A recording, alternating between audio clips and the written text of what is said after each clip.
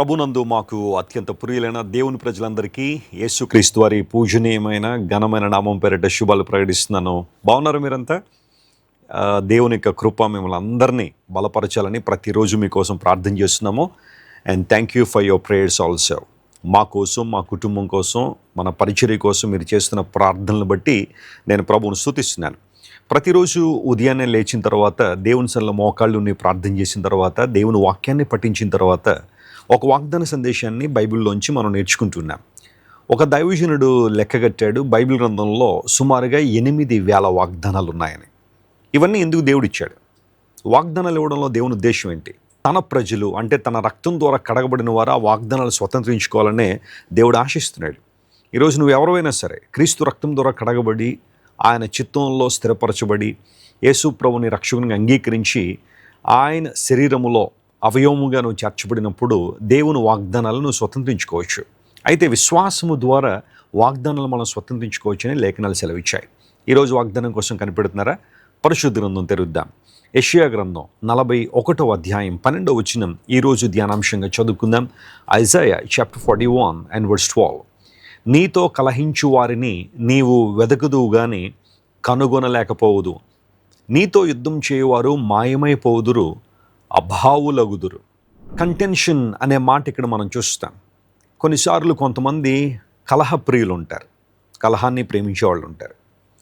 నీతో పోట్లాడడానికి ఎప్పుడూ సిద్ధంగానే ఉంటారు. నువ్వు మాట మాట్లాడితే ఆ మాటను వక్రీకరించి రకరకాలుగా త్రిప్పి ఏదో విధంగా నిన్ను అబాసుపాలు చేయాలని లేదా నిన్ను ఇబ్బంది పరచాలని చాలామంది ప్రయత్నం చేస్తుండొచ్చు. వారు ఎక్కడుంటారు? వేరే దేశాల నుండి రావక్కర్లేదు. కొన్నిసార్లు నీ కుటుంబ సభ్యులే, మీ సొంత అన్నో, తమ్ముడో, అక్కో, చెల్లో లేదా తల్లిదండ్రుల్లో. మీరందరూ బాగుంటే మీ చుట్టుపక్కల ఉండేవారో లేదా దూర బంధువులో, దగ్గర బంధువులో ఏదో విధంగా కలహాన్ని ప్రేమించే వాళ్ళు ఉంటారు. కలహప్రియులు అని బైబిల్లో రాయబడింది. మీరు జాగ్రత్తగా కీర్తన గ్రంథం 126-7 వచనాలు చదివితే కీర్తనకారుడు అంటాడు, నేను కోరుకునేది ఎప్పుడూ సమాధానమే. కలహప్రియులు ఎప్పుడు నాతో ఉంటారు కానీ నేను కోరుకునేది మాత్రం సమాధానమే. అయితే నా మాట మాట్లాడిన తోడనే వారి యుద్ధానికి సిద్ధపడుతున్నారని. ఇది మామూలు పోట్లాట కాదట, డైరెక్ట్ యుద్ధానికే. కొన్ని కుటుంబాలు అలాగే ఉంటుంది. నీవు భక్తిలో కొనసాగుతున్నప్పుడు, విశ్వాసంలో కొనసాగుతున్నప్పుడు నీ భావనను ఎవరు అర్థం చేసుకోరు, నీ ట్రాక్ ఎవరికి అర్థం కాదు. నువ్వు ప్రభు మీద ఆధారపడి నడుస్తున్నప్పుడు, విశ్వాసంలో బలపడుతున్నప్పుడు నీ మాటలు వారికి చాలా కొత్తగా ఉండొచ్చు. ఆ సందర్భంలో వారు నీతో యుద్ధం చేయాలని, కలహించాలని చాలామంది ప్రయత్నం చేస్తుండొచ్చు. దావీదు జీవితంలో కలహప్రియుడు ఎవరంటే సౌలు దావీదు మీద అసూయపడ్డాడు. దావీదుకు 10,000 జయాలు, సౌలుకు 1000 జయాలని ప్రజలందరూ కేకలు వేస్తూ ఉంటే, అందరూ కూడా జయగీతాలు పాడుతూ ఉంటే సంతోషించాల్సిన సౌలు దావీదు మీద విషపు చూపు నిలిపాడు. తాను చేయలేని పనిని మరొకరు చేసినప్పుడు సంతోషించాల్సింది పోయి, అతడు నాకన్నా పేరు పొందుతున్నాడు, నాకన్నా ఉన్నతమైన స్థానానికి వస్తాడేమో, నన్ను దాటేస్తాడేమో అన్న అసూయ ఎప్పుడైతే అతనిలో బయలుదేరిందో ఆ జలసి సౌలును కలహప్రియుడిగా మార్చేసింది. ప్రియులారా, గమనించిన ఈ రోజుల్లో కూడా చాలామంది అసూయతో బాధపడుతున్నారు.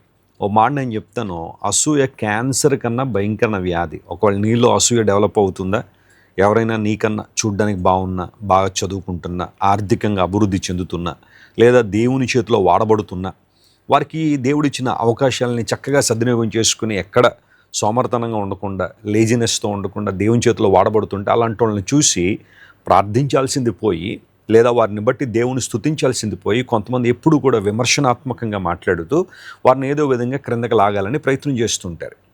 నువ్వు అసూయకి గురైతే తప్పు లేదు, కానీ నువ్వే అసూయ పడుతుంటే మాత్రం చాలా డేంజర్లో ఉన్నావు, చాలా అపాయంలో ఉన్నావు.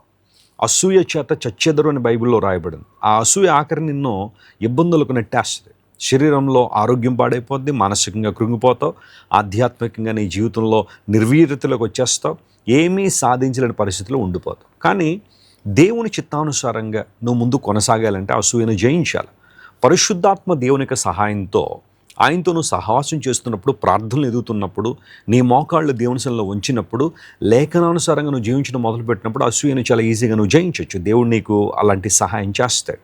నువ్వు నిజంగా దేవునితో చెప్పగలిగితే, ప్రభువా, పలానా వ్యక్తి మీద నాకు అసూయ పెరుగుతుంది, పలానా వారిని చూసినప్పుడు మత్సరం కలుగుతుంది, నన్ను క్షమించు ప్రభువా, నాకు సహాయం చేయి అని ప్రార్థించగలిగితే దేవుడు ఖచ్చితంగా నీకు సహాయం చేస్తాడు, నీకు విడుదల ఇస్తారు. ఆయన దేవుడు విడుదల చేయడానికి ఈ లోకానికి వచ్చారు. కలహప్రియుడు సౌలు దావీదు మీద విషపు చూపు నిలిపి ఏదో విధంగా దావీదును ఇబ్బంది పరచాలని ప్రయత్నం చేశాడు, కానీ దేవుడు దావీదు పక్షంగా ఉన్నాడు. ఆ కారణాన్ని బట్టే దేవుణ్ణి హత్తుకున్న దావీదు నానాటికి వర్ధిల్లాడు. కానీ సౌలు అతని కుటుంబం నిరసిల్లిపోయిందని లేఖనాలు స్పష్టీకరిస్తున్నాయి. దేవుని బిడ్డ, నీ చుట్టూ కూడా కలహప్రియులు ఉన్నారని కలవరపడొద్దు. దేవుని సన్నిధిలో ప్రార్థన చేయి. ఇక్కడ దేవుడు వాగ్దానం ఇస్తున్నాడు, నీతో కలహించు వారిని నువ్వు వెతుకుతావు, కానీ ఒక సమయంలో నువ్వు వారిని కనుగొనవు. ఎందుకంటే దేవుడు వారిని నీకు దూరం చేస్తాడు. నీ ప్రార్థన దేవుడు వింటాడు. నీకు ప్రశాంతతనిచ్చే దేవుడు, నెమ్మదినిచ్చే దేవుడు. ఆ కలహ బుద్ధితో ఉన్న వారి నుండి విడిపించి నీకు శ్రేష్టమైన ఆశీర్వాదాలు దేవుడు సిద్ధపరుస్తాడు. అంత మాత్రమే కాదు, ఆ కింద భాగంలో రాయబడింది, నీతో యుద్ధము చేయవారు మాయమైపోదురు, వారు అభావులగుదురు అన్నాడు. అభావులు అంటే అర్థం ఏంటి? హిబ్రూలో ఎఫ్ఎస్ అనే పదం వాడారు. దానికి ఇంగ్లీష్లో నాట్ అనే పదం రాయబడింది, NOUGHT. దాని అర్థం ఏంటంటే శూన్యము అని అర్థం. వారు ఇంకా కనబడరట. నీతో యుద్ధం చేసేవారు, ఉధృతంగా పోరాడేవారు కనబడరు. దేవుడు వారిని మరుగు చేస్తాడు. వారిని దూరం చేసే సమయం రాబోతుంది. అభావులు అనే మాట చూడండి. అభావం అనే మాట ఎప్పుడు వాడతారంటే, ఈ గదిలో ఏమీ లేవు, అంతా అభావమే అంటే శూన్యమే, గది అంతా అభావంతో నిండి ఉంది అనే పదాలు తెలుగులో వాడతారు. దాని అర్థం ఆ గదిలో ఏమీ లేవు, అంతా శూన్యంగా ఉంది, లేదంటే ఖాళీగా ఉంది అని చెప్పడానికి అభావము అనే పదాన్ని తెలుగులో వాడతాం. ఇక్కడ దేవుడు అంటున్నాడు, ఎవరైతే నీతో యుద్ధం చేయడానికి వచ్చారో వారు అభావులు అవుతారంటే దేవుడు వారిని కనుమరుగు చేస్తాడు. గొల్లియాతు ఇశ్రాయేలు ప్రజలను శాసించాడు 40 రోజులు, కానీ దేవుడు గొల్లియాతును కనుమరుగు చేశాడు. ఒకవేళ ఈరోజు నువ్వు తీవ్రమైన యుద్ధంలో ఉన్నావా, కుటుంబ సభ్యులు కావచ్చు, లేకపోతే మరొకరు కావచ్చు, వారు ఏదో అయిపోతారని నేను చెప్పట్లేదు, కానీ దేవుడు ఆ కలహాన్ని మానిపి, అర్థాన్ని మానిపి ప్రశాంతతను మేము మధ్యిస్తాడు. ఎందుకంటే మన దేవుడు శాంతి ప్రదాత, సమాధానకర్త. నా యొద్దకు రండి, మీకు విశ్రాంతిని ఇస్తానని వాగ్దానం చేసిన దేవుడు. యేసయ్య పాదాలు పట్టుకుందాం. నీతో కలహించి వారిని చూసి కృంగిపోవద్దు, యుద్ధం చేసేవారిని చూసి బెదిరిపోవద్దు.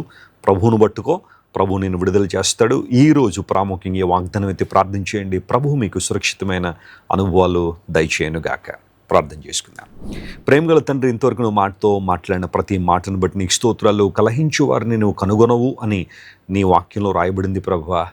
కలహప్రియుడు సౌలు దావీదును ఎంతో ఇబ్బంది పరిచినప్పటికీ దావీదుకు విజయాన్ని ఇచ్చిన దేవుడు.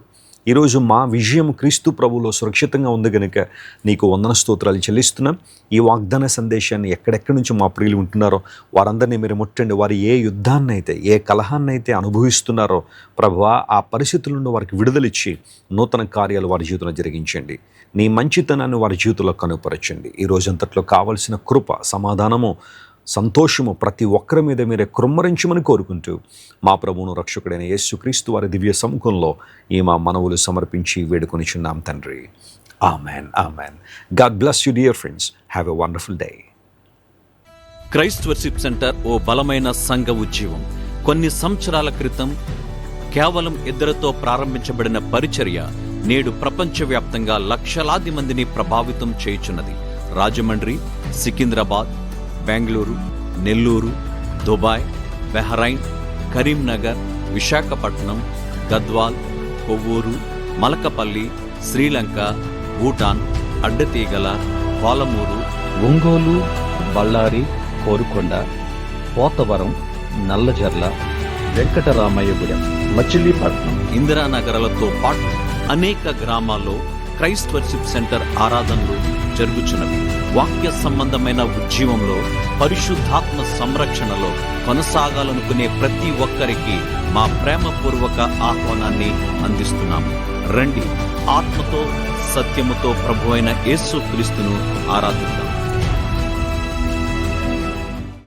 మీరు ఇంతవరకు విన్న దైవ సందేశం మరియు దేవుని సేవకులు చేసిన ప్రార్థన మీకు ఆశీర్వాదకరముగా ఉన్నదని విశ్వసించుచున్నాము. ఈ సందేశాన్ని మీ స్నేహితులకు, బంధువులకు షేర్ చేయండి. మీకు ఏదైనా ప్రార్థన అవసరత ఉన్నచో మా ఫోన్ నంబర్లకు కాల్ చేయండి. దేవుడు మిమ్మల్ని ప్రేరేపిస్తే విశ్వాసంతో సాగుచున్న ఈ పరిచర్యను ప్రోత్సహించండి. మరిన్ని వర్తమానాలు, పాటలు వినుటకు జాన్ వెస్లీ మినిస్ట్రీస్ అను మా యూట్యూబ్ ఛానల్ను సబ్స్క్రైబ్ చేసుకొనండి. ప్రభువైన యేసుక్రీస్తు కృప మీకు తోడైండును గాక.